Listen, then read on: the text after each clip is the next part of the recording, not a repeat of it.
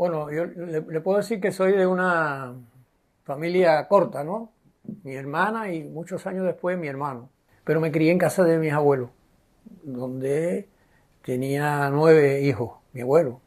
Y en ese ambiente, ahí había de todas las maneras de pensar y de todo, mucha militancia, ahí había de todo. Y ese ambiente me formó en un constante relacionarme desde niño y ya después de adolescente con corrientes que venían de otras épocas y con de la actualidad.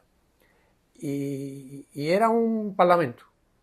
Era un parlamento a la hora de almuerzo, encabezado por mi abuelo viudo, que era el que, digamos, presidía todo. Mi abuelo, un comunista, el primer alcalde a la calle de Machado, masón, autor de algunos trabajos teóricos, farmacéuticos, de una familia de farmacéuticos que venía de las Canarias, de un apellido allá y aquí y en América importante que es Páez. Y en ese ambiente, digamos, transcurrió mi infancia y la de mi hermana. Ya cuando tenía 12 años, mi papá empezó a oficiar de pesador de caña del Central Rosario de Aguacate, que tenía cañas en Matanza, bastante entrada en Matanza.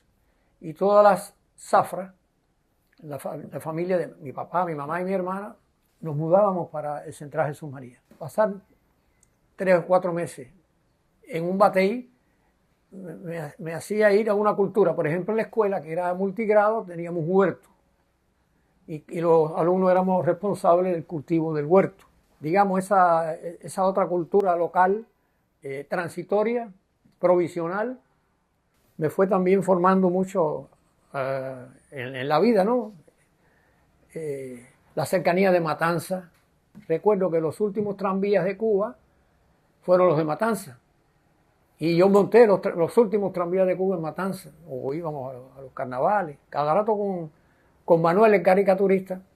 Yo destaco algunas estampas de esto, aunque era de Limonar, o es de Limonar, pero recuerdo la ciudad, como me encantaba. Entonces, quisiera que me contara usted siempre se habla de su militancia desde muy joven y de su lucha antes del 59, las actividades revolucionarias, su incorporación al movimiento 26 de julio. ¿Cómo es que un muchacho, me imagino que usted en aquella época tendría 16, 15 años, llegó a formar parte de esas actividades? Bueno, es que era imposible no abstraerse con la procedencia de esa formación, como si no existiera un régimen dictatorial. Yo creo que no había otra cosa decente que hacer. Cada vez que y la misma lucha te va llevando a incorporarte. En Jaruco vienen 2 expedicionarios del Granma que fueron asesinados, de 2 familias muy queridas, muy pobres, pero muy grandes, que eran símbolos, David Rollo y Noelio Capote, que enseguida los asesinaron tras el desembarco del Granma. Y fueron para mí también una inspiración, porque yo recuerdo que quizás mi primera acción política fue participar en una colecta para que ellos pudieran costearse el pasaje para México. Quizás sí lo recuerdo. 13, 12 años. Sí, quizás 14. También en huelga azucarera, que se tomaba la iglesia por los trabajadores azucareros exigiendo el pago del diferencial. Nada de eso me era ajeno. Fui muy dado a la lectura desde pequeño. Me gustaba mucho leer, empezando por las ilustraciones de los periódicos, las historietas, de casi todos los periódicos tenían un suplemento de historietas, y iba siguiendo la vida de los personajes de las historietas a través de las entregas del periódico. Eso y el ambiente también me hizo hacerme un gran lector. Por ejemplo, el presidio político de José Martí fue la primera lectura profunda política que yo tuve. Que a mi hermana se lo habían regalado como un premio en la escuela y me hice del presidio político de Martí. Martí es subversivo. Martí te llega profundo y te revuelve el alma, te revuelve la vida, porque tiene una manera particular de enfocarte y ver la vida de un adolescente como fue él en el presidio y todos los personajes que él describe. Inspirador. Muy estimulante y muy inspirador. Y ahí fue, después la prensa clandestina, las noticias censuradas o cuando se abría la censura, que los medios publicaban todo lo que habían dejado de publicar en determinada época, meses, y entonces, y bueno, se produjo la huelga del 9 de abril y muchos conocidos los asesinaron. Incluso uno muy allegado a mi familia que le recomendó a mi mamá que me cuidara porque estaba esos días la represión muy, muy fuerte. Y da la casualidad que que estaba cuidándome o dándole consejos a mi mamá que me cuidara, fue uno de los asesinados en la huelga del 9 de abril. Para mí eso también fue muy impactante. Por ahí empezó la lucha. La huelga del 9 de abril entonces dejó muchos claros. Compañeros que tuvieron que alzarse, compañeros que tuvieron que exiliarse o compañeros que estaban en presidio. Y una generación más joven empezó a ocupar responsabilidades en la clandestinidad a partir del 9 de abril. O sea, a mí me correspondió militar en una de las células del movimiento 26 de julio y se me entregó un reproductor de impresiones que ya no existen porque son mimeógrafos. Yo hago mucho la anécdota de cuando me detuvieron por una delación y me golpearon, y me patearon en el piso y me decían, ¿dónde está el mimeógrafo? En una oficina de contabilidad donde yo trabajaba. Y entonces yo no se lo decía. Y registraron todo. Cuando registraron todo, se me acercó el oficial de la policía y me dijo, venga acá, ¿qué cosa es un mimeógrafo? Cuando yo he narrado esto, a veces a los jóvenes me han dicho, pero ¿qué cosa es un mimeógrafo? Porque ya eso no se usa para reproducir modelos y cualquier constancia escrita, multiplicante. Entonces, a partir de ahí, bueno, comenzó un deambular por prisiones y secuestrado e incomunicado, que es lo peor que puede tener un preso. Que el aislamiento. No solo el aislamiento, sino que puede ser utilizado de represalia si le hacen algo te matan, te dicen, te sueltan en un lugar y te dicen que tú eres el asaltante cuando hay un atentado. Cabeza de turco. Sí, eres un rehén. Y entonces, bueno, después de estar ahí en el cuartel de Jaruco, me llevaron al cuartel de Campo Florido. Allí me torturaron. Del cuartel de Campo Florido después me llevaron para la capitanía de San José de las Lajas. En la capitanía de San José de las Lajas tuvimos varios días, también incomunicados, pero ya haciendo los trámites. En esa redada hubo como 36 compañeros, pero quedamos los 8 más peligrosos, entre comillas, se puede decir, para los efectos de ellos. Y de la capitanía de San José de las Lajas nos trasladaron para el Castillo del Príncipe. Yo era menor de edad, yo no podía estar preso. Pero bueno, me cambiaron la edad. Y cuando llegaron y entrevistaron en mi casa, mi mamá dijo, si eres un niño, es nada más que tiene tal edad. Y entonces me subieron más de edad. Nosotros llegamos al Castillo del Príncipe el día 2, el día 3 de agosto. El primero había sido una matanza grande allí. o un asalto grande que produjo 3 muertos. Y yo tuve la vivencia de los relatos, de los heridos, de los que estaban allí, que me impactó mucho. Nunca tuve una cama donde dormir. Ni en el cuartel de Jaruco, ni en el Campo Florido, ni en la capital, en el piso siempre. En el piso siempre. Bueno, después del triunfo de la revolución, donde me situara, me eligieron de la dirección del movimiento 26 de julio, que éramos un grupo dentro del movimiento de izquierda, porque ahí había de todas, cuando triunfó la revolución, ahí iba de todo tipo de concepciones políticas y estratégicas en cuanto a la revolución. Ahí me hicieron de la dirección del movimiento 26 de julio a cargo de la propaganda y divulgación del movimiento. Y entonces ahí asumí responsabilidades políticas. Durante un tiempo me tocó, digamos, la alfabetización, lo que era el segundo en el municipio de, digamos, de responsabilidad política, porque vino la integración de las organizaciones revolucionarias.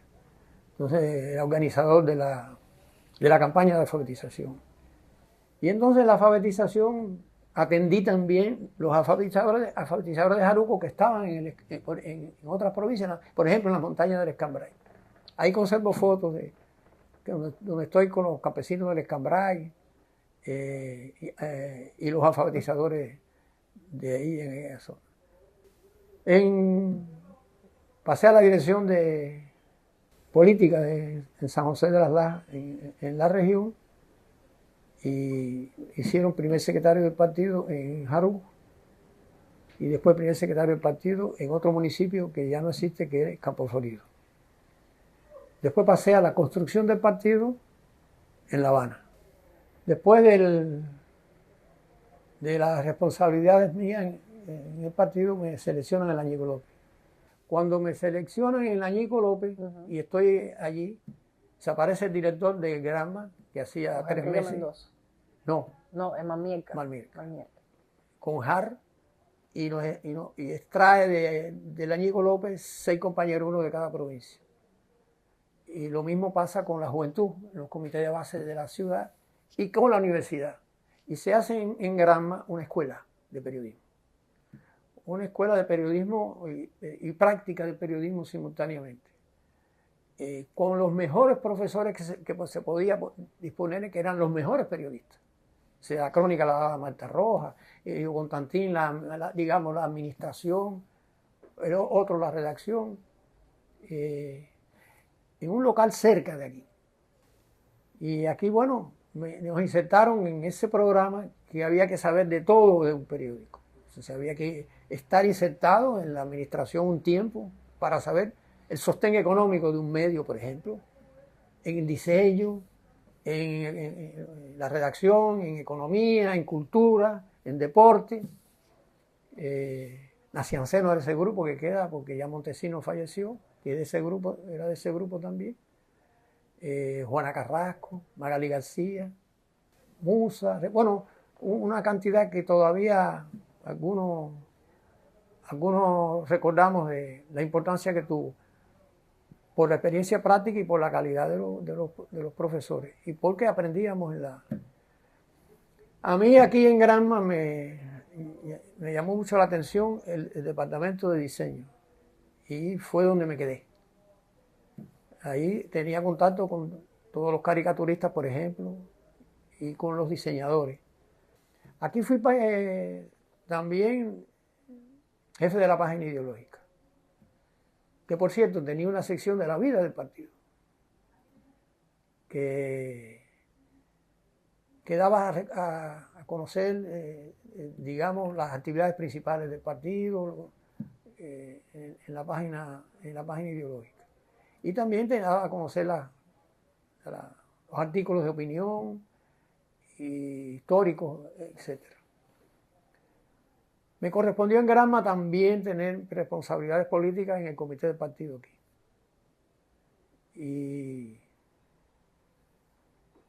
Y ser jefe de redacción y jefe de información.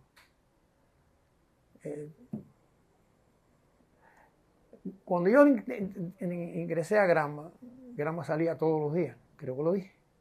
3 ediciones, ¿no? En 3 ediciones, en 3 colores. El negro, el rojo y el verde. El verde. Como salía todos los días, había que escoger un día para descansar. Yo escogí el lunes. No sé por qué. El inicio de la semana, quizás. Sí, escogí el lunes para descansar. Entonces me iba al Cine City Hall ese día, refrescaba y regresábamos al otro día. No, yo preferí nunca rotar, sino fijo la madrugada. Para mí vivir al revés era difícil. Un día en aquella época, ¿a qué hora cerraba el periódico, por ejemplo? Bueno, nosotros con Mendoza, que era muy exigente, no nos podíamos ir si no nos leíamos el periódico que salía de la imprenta. De la rotativa, sí. Sí. Fidel trasladaba para Granma, en muchas ocasiones, como expliqué, el centro de una determinada y compleja situación política. Y se pasaba semanas aquí. Fue un privilegio en eso, tener su presencia aquí y estar en contacto con él durante las movilizaciones grandes, como las marchas del pueblo combatiente, etcétera, que podían durar un mes, como la crisis de la embajada de Perú, donde murió un compañero en un intercambio de disparos ahí, y los que se refugiaron allí. Eso es también un proceso para refrescar, y de ahí surgieron las marchas del pueblo combatiente exigiendo la entrega de los que habían entrado violentamente en la embajada de Perú. Y como mismo hacía Fidel en todas las situaciones, se trasladó para el periódico durante mucho tiempo. De ahí se creó la costumbre de un grupo de dirigentes venir todas las noches y la posibilidad de uno escucharlo, cada uno de sus experiencias. Piñeiro, Montané, Celia, por supuesto, y cuando Fidel estaba.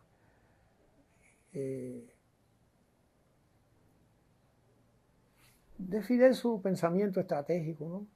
Por ejemplo, yo siempre recuerdo un editorial que Fidel escribió. Y entonces le dijo a Mendoza, mira a ver qué te parece. Y Mendoza lo leyó y todo el mundo miró para la cara de Mendoza y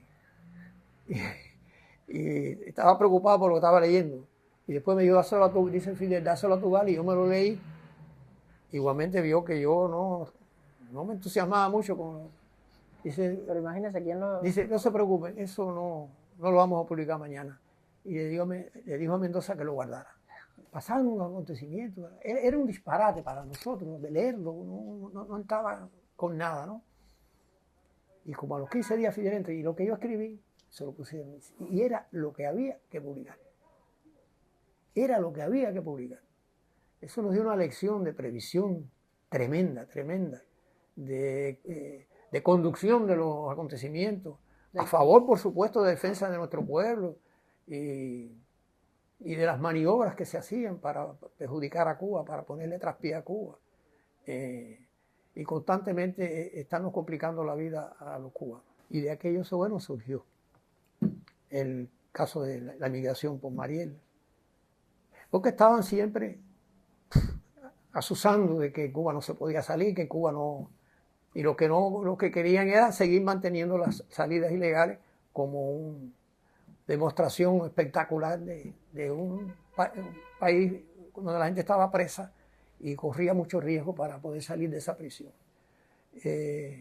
Fue una lección también y que implicó una práctica de salir a la calle y hacer grandes demostraciones como respuesta. Ya yo no estaba en Granma cuando... Llegó a ser subdirector de Granma. Yo fui subdirector de Granma. En Granma tuve jefe de redacción, jefe de información y subdirector. Y primer subdirector, porque habían varios subdirectores. Y primer subdirector. No sé, mi mujer decía que se había casado con uno de China, porque cuando yo me acostaba, ella se levantaba por un diferente horario. Y el cuidado de mis hijos de no hacer ruido cuando yo estaba durmiendo. Porque Y yo dormía en el suelo. Yo dormía en el suelo por el estropeo, pero por una costumbre que traía de la prisión de muy mucho tiempo en el suelo, con el zapato de almohada. Siempre me quedó eso, ¿no? Me quedó eso de curiosidades. Y los niños que venían de la escuela y entonces no podían hacer bulla. Además vivía cerca, si pasaba aquí cualquier cosa. No. Si la rotativa paraba y yo la sentía que paró, decía, se encontraron con un error. Hay un problema, hay un cambio. Coge el teléfono, llama aquí. ¿Qué pasó? Dice, no ha pasado nada, es una interrupción breve. Porque vivía, yo sentía en mi cama cuando la rotativa estaba funcionando, paraba. Pues. Y otras cosas, otros recuerdos magníficos así o memorables, atesora de aquella época, quizás de visitas aquí que hayan sucedido, de otras experiencias, además de las de Fidel.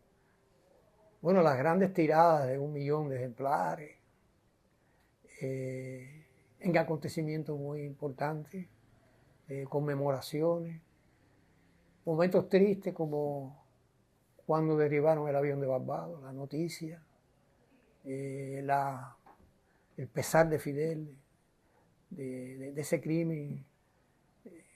Recuerdo con mucho impacto el crimen, porque empezó por una noticita de un accidente, de un avión de pasajeros que se cayó, todas esas cosas, y después vinieron más noticias. Las noticias y las pruebas de cómo había sido y quiénes habían sido los que habían. Y después, por supuesto, el sepelio de las víctimas, una de las cosas más monstruosas que se puede, un pasajero civil lleno de gente que le pongan una bomba.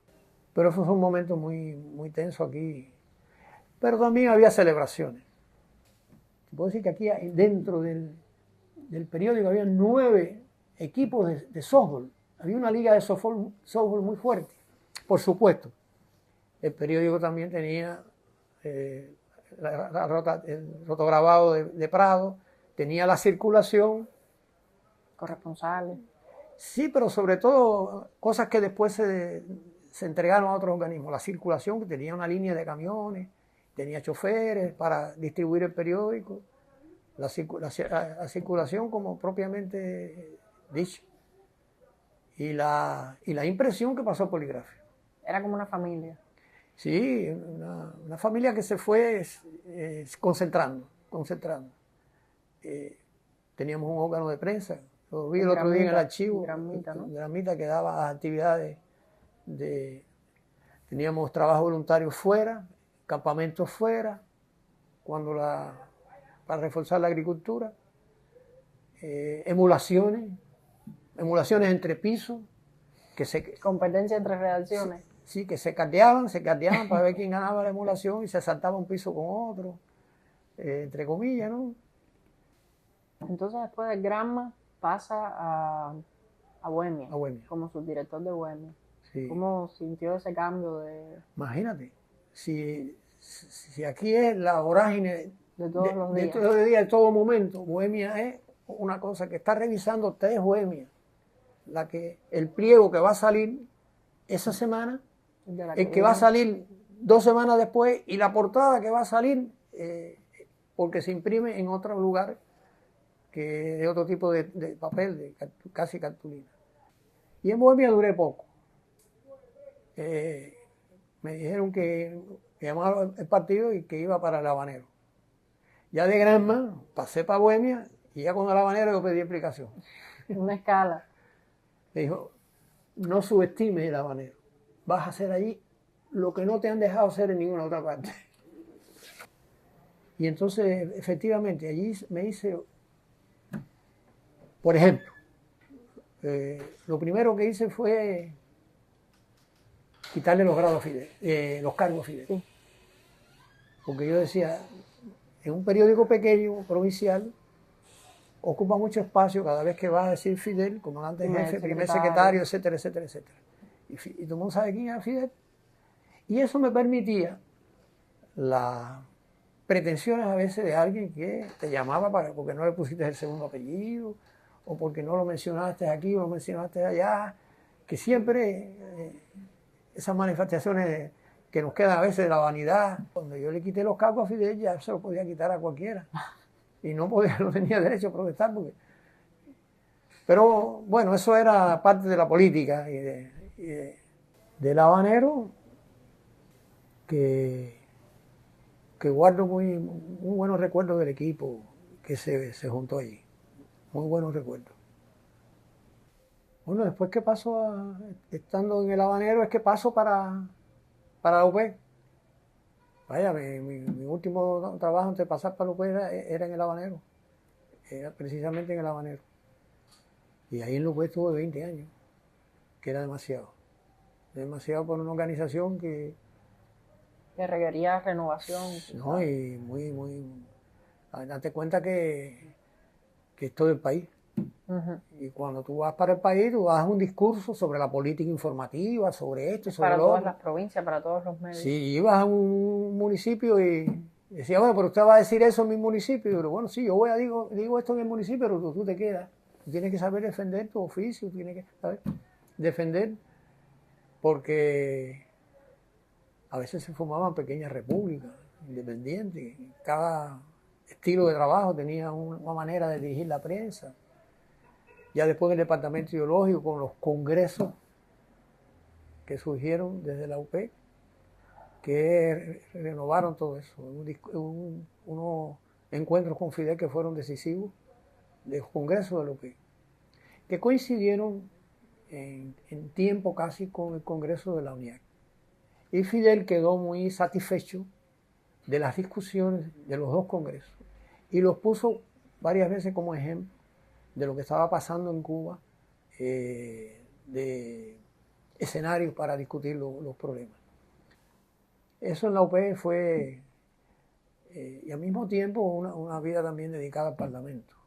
Pues como diputado, yo fui siempre vicepresidente de la Comisión de Relaciones Internacionales, con presencia en organizaciones internacionales de diputados, en la cual me dieron responsabilidades, como el PAR Latino, la Federación Latinoamericana, el Parlamento, etc. Y también en el plano internacional la FELAP. La FELAP y la difunta OIP. También me ayudó mucho a desenvolverme en el plano internacional, con las experiencias del periodismo y de Gramma y de defensa de la verdad, etc. Todas las acusaciones de Cuba contra Cuba sobre la manipulación y no dejar de decir la verdad, todo eso se estrellaban cuando tú llegabas a un país y ahí mandaba el narcotráfico y mandaba el más rico y mandaba, etc. Y también la explotación de los periodistas. La Feria Internacional me dio mucha experiencia y oportunidades para defender a Cuba y defender el periodismo cubano. Tuval, entonces, en la década de los 90, que es cuando usted está en la presidencia de la UP, que sucede todo lo del periodo especial, que por ejemplo Juventud Rebelde pasa a ser un semanario, había a veces poca disponibilidad de la electricidad y eso complicaba la radio, la televisión, Gramma también tuvo sus recortes. ¿Cómo usted